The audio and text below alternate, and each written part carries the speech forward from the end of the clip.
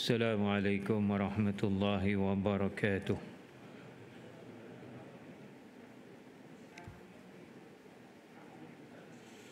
Alhamdulillah.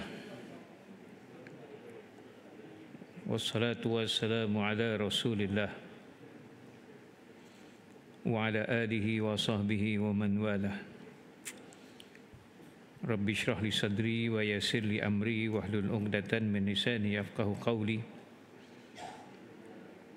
Rabbana iftah bainana wa baina qaumina bil haqq wa anta khairul fatihin. Allahumma salli ala sayyidina Muhammad wa ala alihi wa sahbihi ajma'in, amma ba'd. InsyaAllah tuan-tuan, tersambung muka surat 606. Kaedah yang masih berada di bawah kaedah besar, iaitu al-masyaqqah tajlibut taisir. Itu kaedah besarnya. Benda-benda yang menimbulkan kesusahan boleh membawa kepada kesenangan. Maknanya benda kalau timbul susah, hukum Islam ada jalan untuk menyenangkannya. Dan kita telah pun membincangkan tentang sebab-sebab yang menjadi keringanan di dalam hukum syarak. Antaranya kekurangan upaya, antaranya kerana jahil, antaranya kerana paksa dan sebagainya. Pada hari ini kita tengok apa kaedah yang timbul, kaedah kecil, kaedah cabang yang timbul daripada al-masyaqqah tajlibut taisir. Kesusahan dalam hidup ini boleh membawa kepada kesenangan hukum. Maknanya Islam ni agama yang mudah, sentiasa memberikan jalan keluar. Kaedah pertama ialah idza daqal amru ittasa'a. Idza, apabila, daqa, sempit, al-amru, sesuatu perkara, ittasa'a, dia akan diluaskan. Sesuatu perkara bila tersepit, kita dalam keadaan tersepit, maka dia akan diberikan keluasan dalam hukum, tuan-tuan. Contohnya, dibagi contoh. Seorang perempuan yang hilang wali. Wali tak tahu kat mana. Entah hidup, entah mati. Kalau kita macam mana? Kena masuk surat khabar dulu Ni kes mak bapak bercerai. Bapak entah ke mana pergi, tuan-tuan. Kita kena cari walinya dulu. Tapi ni dah cari apa semua tak ada. Lepas tu nak wali hakim tak boleh, sebab dia duduk dekat Iceland. Dekat Iceland ni, tuan-tuan. Apa nama bandar dia, Reykjavik ke apa tu nama bandar dia. Memang tak ada orang Islam kat sana. Ada orang Islam tapi 2-3 kerat aja. Mana masyarakat Islam tak ada, kedutaan negara Islam pun tak ada. Contoh, tak ada wali hakim. Wali hakim ni, tuan-tuan, dia wali hakim ni wali kerajaan. Maknanya wali hakim dia mesti seorang yang dilantik oleh pihak berkuasa. Sebab tu kalau nikah kat Siam, lari daripada wali yang ada dekat Malaya ni, tuan-tuan, pergi Siam, nikah entah dengan siapa-siapa, guna wali hakim. Kalau wali hakim itu tidak dilantik oleh Syekhul Islam Thailand, nikahnya tidak sah. Sebab itu bukan wali hakim yang sah. Ataupun dalam istilah kita disebut wali raja. Dia mesti raja yang melantik atau pemerintah pihak berkuasa yang melantik. Kalau kat Melaya ni senang, tuan-tuan, kat Malaysia ni senang. Macam Selangor, Sultan Selangor akan mewatirkan beberapa orang pendaftar perkahwinan ni untuk jadi wali raja. Maknanya dia boleh mewali, jadi wali hakim. Tapi kalau kat Thailand macam ni? Thailand bukan negara Islam. Tetapi sistem di Thailand, tuan-tuan, raja Thailand akan melantik seorang Syekhul Islam ataupun mufti bagi umat Islam di Thailand. Raja yang lantik. Ini kerajaan Thailand lantik. Mufti ini ataupun Syekhul Islam Thailand ini yang akan melantik wali-wali hakim bagi wilayah Narathiwat siapa, Yala siapa, baru sah. Tapi ni wali hakim pun tak ada. Sempit ni, nak kahwin lah, mesti bernikah. Duduk dekat Iceland sana, tuan-tuan,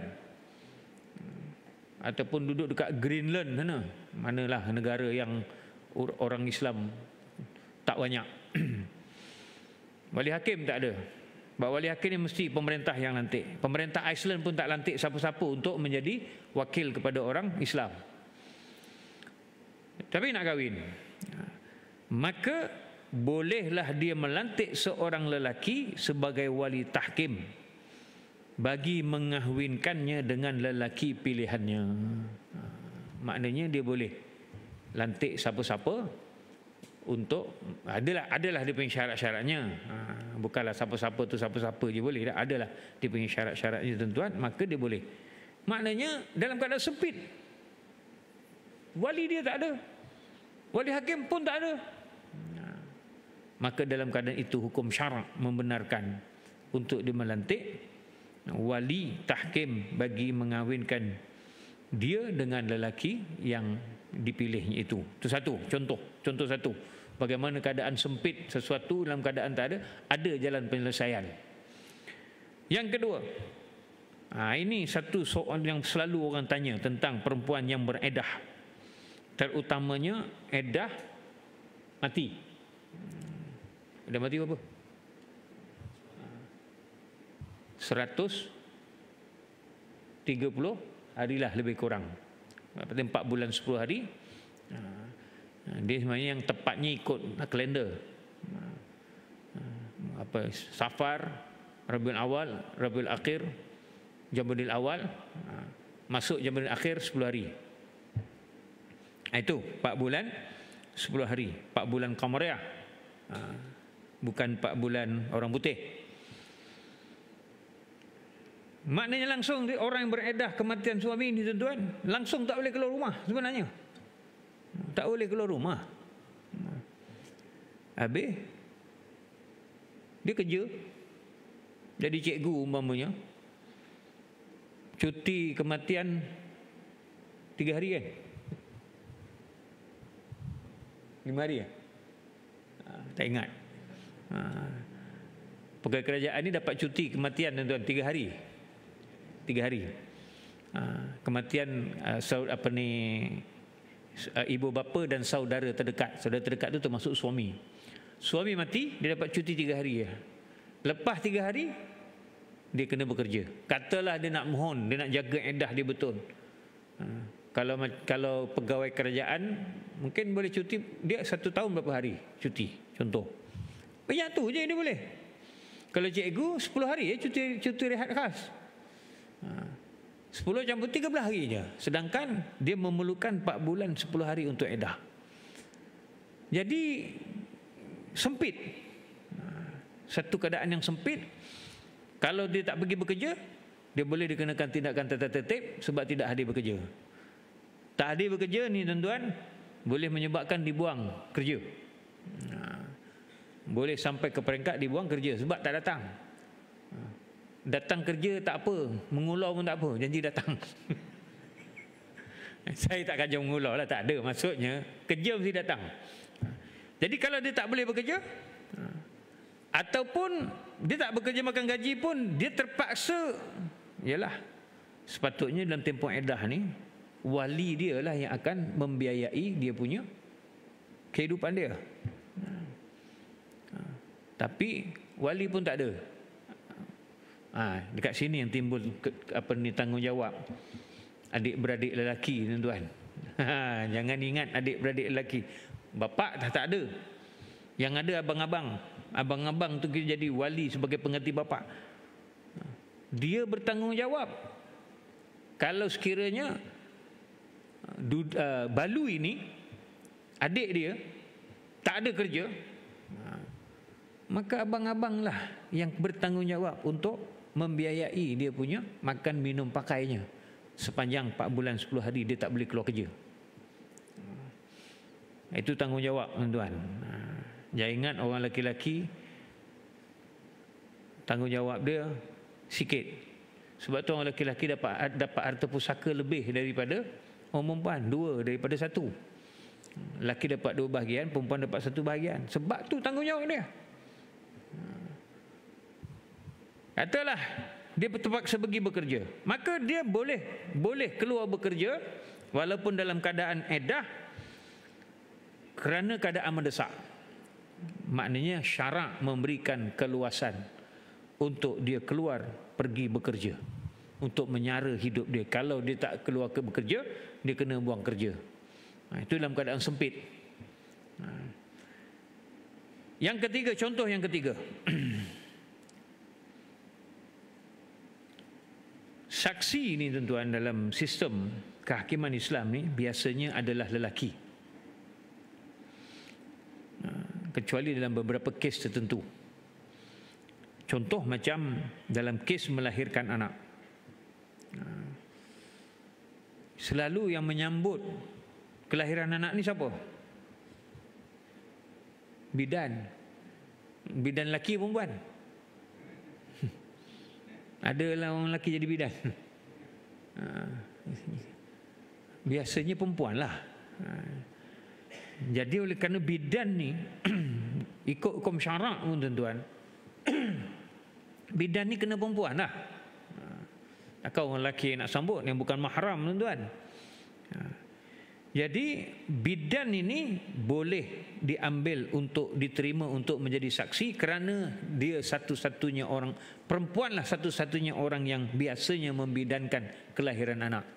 Jadi nak menentukan nasab anak, jantina dan sebagainya dalam peringkat mahkamah, kalau ada berlaku kes, maka boleh dipanggil saksi perempuan, diterima kesaksian dia. Dan yang keempatnya, contoh yang keempat, orang yang berhutang. Dia ada hutang tapi jatuh papa ke dana, miskin, maka boleh ditangguh tuntutan bayaran hutang itu sehingga dia senang atau digugur sahaja tuntutan hutang itu. Itu kalau ikut hukum syarak. Kalau undang-undang negara, kau bankrupt ke kau tak bankrupt, hutang kena bayar. Tak mampu bayar, jadilah isytihar muflis. Bila muflis, macam-macam tak boleh buat, tuan-tuan. Ibarat kata kasut pun tak boleh pakai. Ibaratnya, bukan betul-betul kasut tak boleh pakai. Tapi dalam hukum syarak ni, tuan-tuan, orang yang berhutang ni, dia hidup dia sempit. Nak bayar hutang tak boleh, maka boleh diberikan tangguh bayaran hutang kepada dia sampailah dia senang ataupun digugurkan atau dihalalkan sahaja dia punya hutang piutangnya. Itu kaedah apabila, tuan-tuan fikir yang lain lah, apa yang dalam keadaan sempit boleh menimbulkan keringanan. Dalam keadaan yang payah untuk ikut hukum biasa, maka di situ ada keringanan. Tetapi yang kedua, kaedah yang kedua, al-amru idza tasa'a daqa. Sesuatu perkara, al-amru sesuatu perkara, idza apabila ittasa'a luas, daqa maka dia jadi sempit. Benda luas, maka tak bolehlah hukum yang ringan, meringan-ringankan hukum tu. Kita tak bolehlah meringan-ringankan hukum, sebab kita ada peluang untuk melaksanakan hukum dengan secara mengikut yang dituntut oleh hukum syarak. Maksud dari dua kaedah di atas, apabila darurat telah menimpa seseorang atau kumpulan jamaah, kalau beramal dengan hukum asal yang disyaratkan dalam keadaan biasa akan menyulitkan dan membebankan mereka untuk melaksanakannya, maka kerana itu diberi keringanan dan kemudahan ke atas mereka selagi mana darurat itu masih wujud.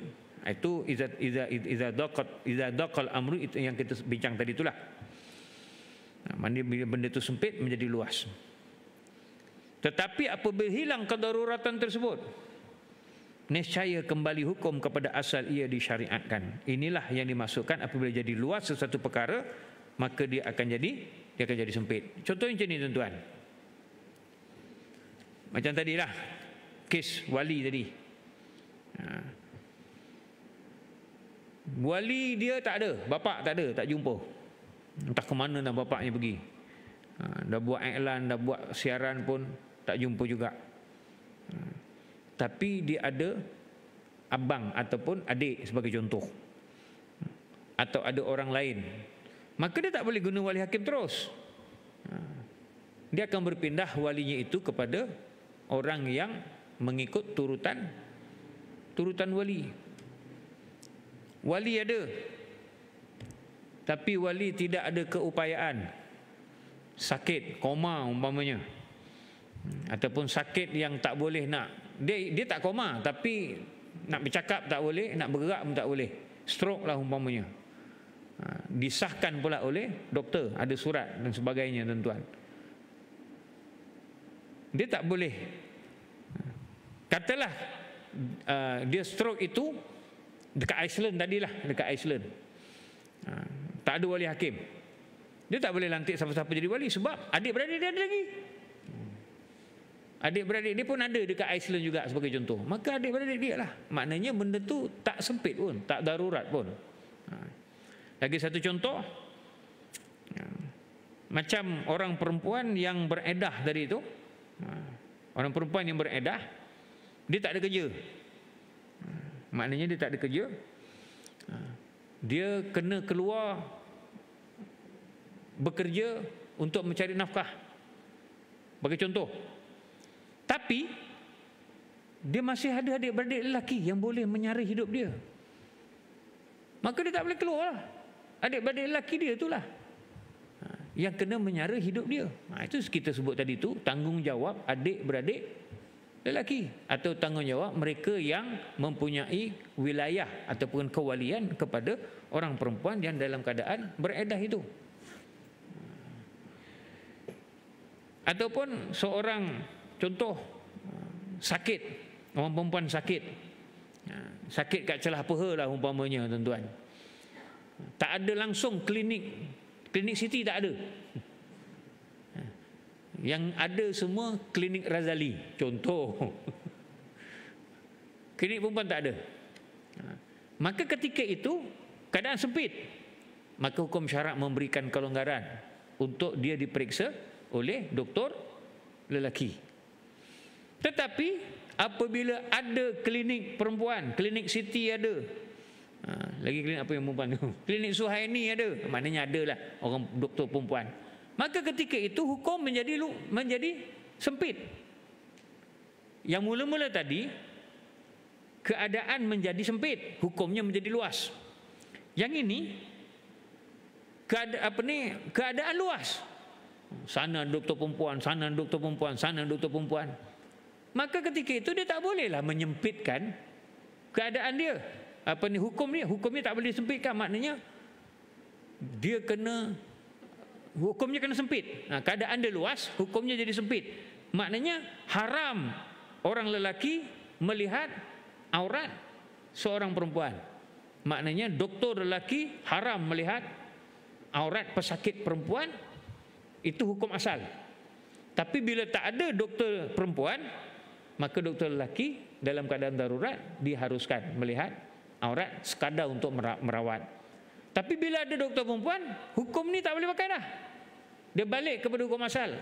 Doktor lelaki haram melihat aurat perempuan, maka dia kena pergi doktor perempuan. Itu maksud apabila sesuatu perkara luas, maka hukumnya jadi sempit. Bila satu benda tu sempit, hukumnya jadi luas. Okey, rasa boleh faham kot? Kaedah dalam Islam itu bagaimana?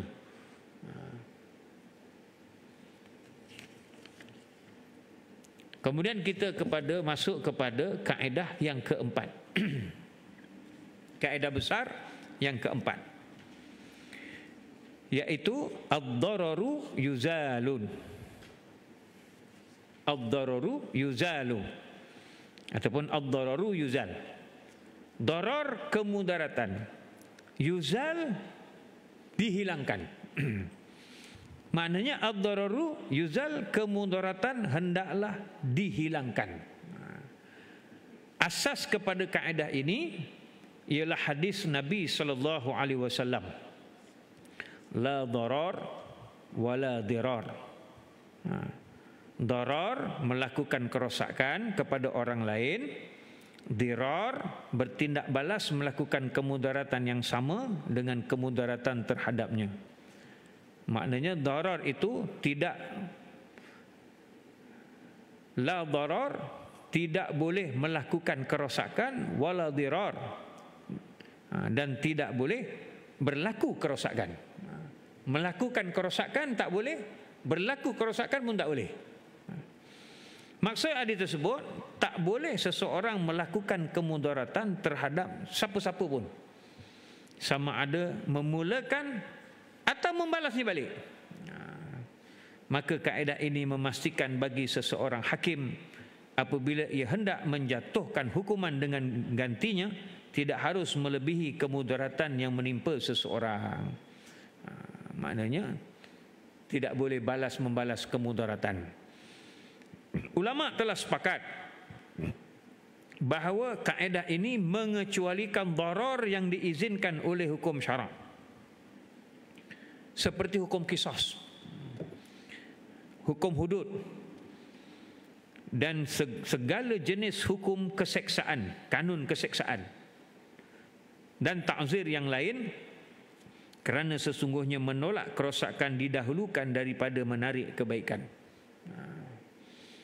Maknanya kita hukum pencuri, pencuri itu kemudaratan. Mencuri adalah suatu kemudaratan. Untuk menghalang kemudaratan itu berlaku, kita kena tangkap pencuri itu, kita kena hukum dia. Hukum dia dengan cara apa? Kalau kau Islam, potong tangan dia. Memotong tangan pencuri satu kemudaratan.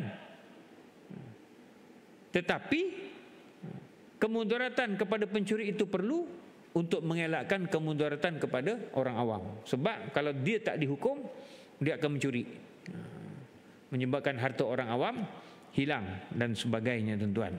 Jadi dikecualikan segala bentuk hukuman, termasuk hukum qisas. Maknanya hukum qisas ni hukum yang telah disyariatkan oleh Allah Subhanahu wa taala. Ya ayyuhallazina amanu kutiba alaikumul qisasu bil qatlal hurri bil hurri wal abdu bil abdi, sampai akhir ayat. Wahai orang-orang yang beriman, diwajibkan kepada kamu hukuman qisas. Kalau qisas kita mencederakan mata orang tu sebelah buta, maka orang yang mencederakan mata kita itu boleh dikenakan hukuman qisas, dibutakan juga matanya. Kalau orang tu beduk kita dengan 3 kali pukulan, menyebabkan badan kita sakit, maka kita boleh menuntut hukuman qisas. Beduk dia juga 3 kali pukulan. Tapi bukan kita yang buat, itu semua atas ketentuan mahkamah, bukan pandai-pandai diri. Termasuklah dalam qisas membunuh. Maknanya kalau orang itu telah membunuh, contoh dia bunuh anak kita, maka orang itu akan dibalas dengan hukuman bunuh juga, hukuman qisas. Seksyen 404 dalam kanun keseksaan tu, siapa kalau membunuh dengan sengaja, tuan-tuan, hukumannya hukuman mati jugalah, hukuman gantung sampai mati. Walau bagaimanapun hukum-hukum itu pada hakikatnya tidak disyariatkan, melainkan kerana hendak menolak kemudaratan juga. Hukum qisas tidak disyariatkan oleh Allah Subhanahu Wa Taala melainkan untuk menolak kemudaratan supaya orang jangan membunuh. Sebab kalau engkau membunuh, engkau juga akan dihukum bunuh. Jadi itu untuk menolak kemudaratan orang supaya jangan membunuh. Hukum memudaratkan tangan pencuri dengan dipotong, itu disyariatkan kerana apa? Kerana untuk mengelakkan kemudaratan harta kita semua dicuri oleh pencuri. Masalah yang termasuk di bawah kaedah ini antara lainnya seperti berikut. Boleh dipulangkan barang yang dibeli kepada penjual kerana terdapat kecacatan padanya. Ini namanya khiyar aib. Dalam hukum muamalat disebut sebagai khiyar aib. Maknanya kita beli telefon, rupanya telefon itu ada kerosakan. Aib, rosak tu maksudnya aib. Maka mengikut hukum muamalah Islam, pembeli berhak memulangkan barang jualan kerana ada kecacatan pada barang jualan tersebut. Dalam hukum perniagaan moden pun kadang-kadang ada peraturan-peraturan yang membolehkan pengguna beli barang rosak tak sempurna, dia boleh pulangkan. Selalu kedai tak nak terima, contoh. Maka pengguna boleh report ke tribunal pengguna. Cuma itulah, benda cuma 200-300 je. Nak pergi report ke tribunal pengguna ni, Allah, jadi panjang ceritanya lah. Kalau masuk lagi mahkamah dan sebagainya, tuan-tuan. Alamak, dah habis? Dah habis? Yang kedua, dihajar. Hajar ni maksudnya ditahan dari mengurus harta sendiri. Ini orang maknanya apa istilah dia? Disekat apa ni? Macam orang muflis lah. Orang yang diisytiharkan muflis tu, dia tak boleh menguruskan hartanya sendiri dah. Hartanya semua kan nanti bank negara ke apa itulah yang uruskan. Maknanya dia tak boleh buat transaksi apa semua. Maknanya ikut hukum Islam, seseorang yang contoh dekat sini, orang yang safi. Safi ni maknanya orang bodoh. Bodoh alang. Orang yang bodoh alang tapi harta ada. Maka dia boleh ditahan daripada menguruskan hartanya. Diserahkan kepada walinya untuk menguruskan harta dia. Sebab kalau dibagi harta itu kepada dia, memang dia belanja ikut suka dia lah. Kan orang tipu pun boleh. Masalah. Dan dilarang mufti yang tidak bersopan dari mengeluarkan fatwa. Maknanya boleh dia sebab kalau ikut zaman sekarang ini, tuan-tuan, dalam suasana Malaysia ni dia tak jadi masalah pasal mufti ni, sebab mufti itu memang dilantik oleh ni. Maksud mufti ni maksudnya ustaz-ustaz yang ni. Kalau zaman dulu ulama-ulama semua lebih berfatwa, dia tak semesti mufti. Dia tak ada jawatan rasmi mufti, tak ada. Maknanya ulama-ulama boleh mengeluarkan fatwa. Tapi bila ulama ni, tuan-tuan, bila dia tidak mengikut kaedah untuk mengeluarkan fatwa ikut suka hati, belasah aja keluarkan fatwa suka hati, maka dia boleh dilarang. Kalau zaman sekarang ni, tuan-tuan, ustaz yang menyampaikan ceramah di masjid boleh disekat kalau dia tak ada tauliah. Itu contoh. Sebab nak mengelakkan kemudaratan, dia menyampaikan ajaran yang bukan-bukan. Doktor yang jahil dari merawat orang sakit kerana amalan-amalan mereka ini mendatangkan kemudaratan. Maknanya dia doktor, tapi doktor pakar telinga, tiba-tiba dia nak rawat pula hidung umpamanya. Maka Majlis Perubatan Malaysia boleh menyekat dia, menarik balik tauliah. Di zaman sekarang ni kira tauliah lah, tuan-tuan. Seorang engineer umpamanya yang buruk dia punya kelakuan engineer ni, suka ambil rasuah dan sebagainya, tuan-tuan, dia boleh dihalang daripada untuk meneruskan kerja-kerja engineering dia itu oleh pihak berkuasa. Contoh macam Board of Engineers Malaysia dan sebagainya, boleh tarik balik dia punya cop 6 segi tu. Di engineer tu dia ada satu dia ada chop 6 segi. Chop 6 segi tu laku tu. Kalau nak mengesahkan bangunan ke apa semua tuan-tuan, boleh ditarik balik sekiranya dia bangunan boleh tak cukup spek pun dia luluskan juga, menyebabkan runtuh dan sebagainya, maka engineer yang meluluskan bangunan tersebut boleh diambil tindakan, dibatalkan dia punya kelayakan engineer. Ataupun fasah nikah kerana aib. Kahwin-kahwin, pasangan yang dikahwini itu ada keaiban, kecacatan. Minta maaf sebut, contoh orang laki-laki langsung tak boleh nak pakai. Maka boleh dituntut fasah dengan bukti. Ataupun orang perempuan, ialah apa-apa kecacatan lah. Ataupun kes yang pernah berlaku, perempuan tu sebenarnya gila, tapi dia tak tahu perempuan tu gila. Jadi bila dah kahwin, gilanya datang. Rupanya bila disiasat, oh gila, maka boleh difasahkan perkahwinan tersebut.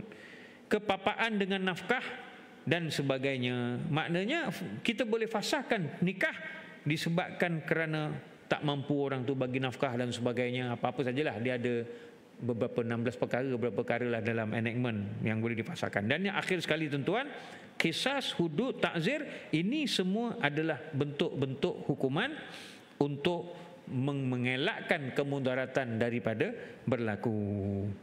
Wallahu a'lam tuan-tuan. Insya-Allah kita sambung pada pertemuan yang akan datang tentang ad-dararu yuzal, kemudaratan itu hendaklah dihilangkan.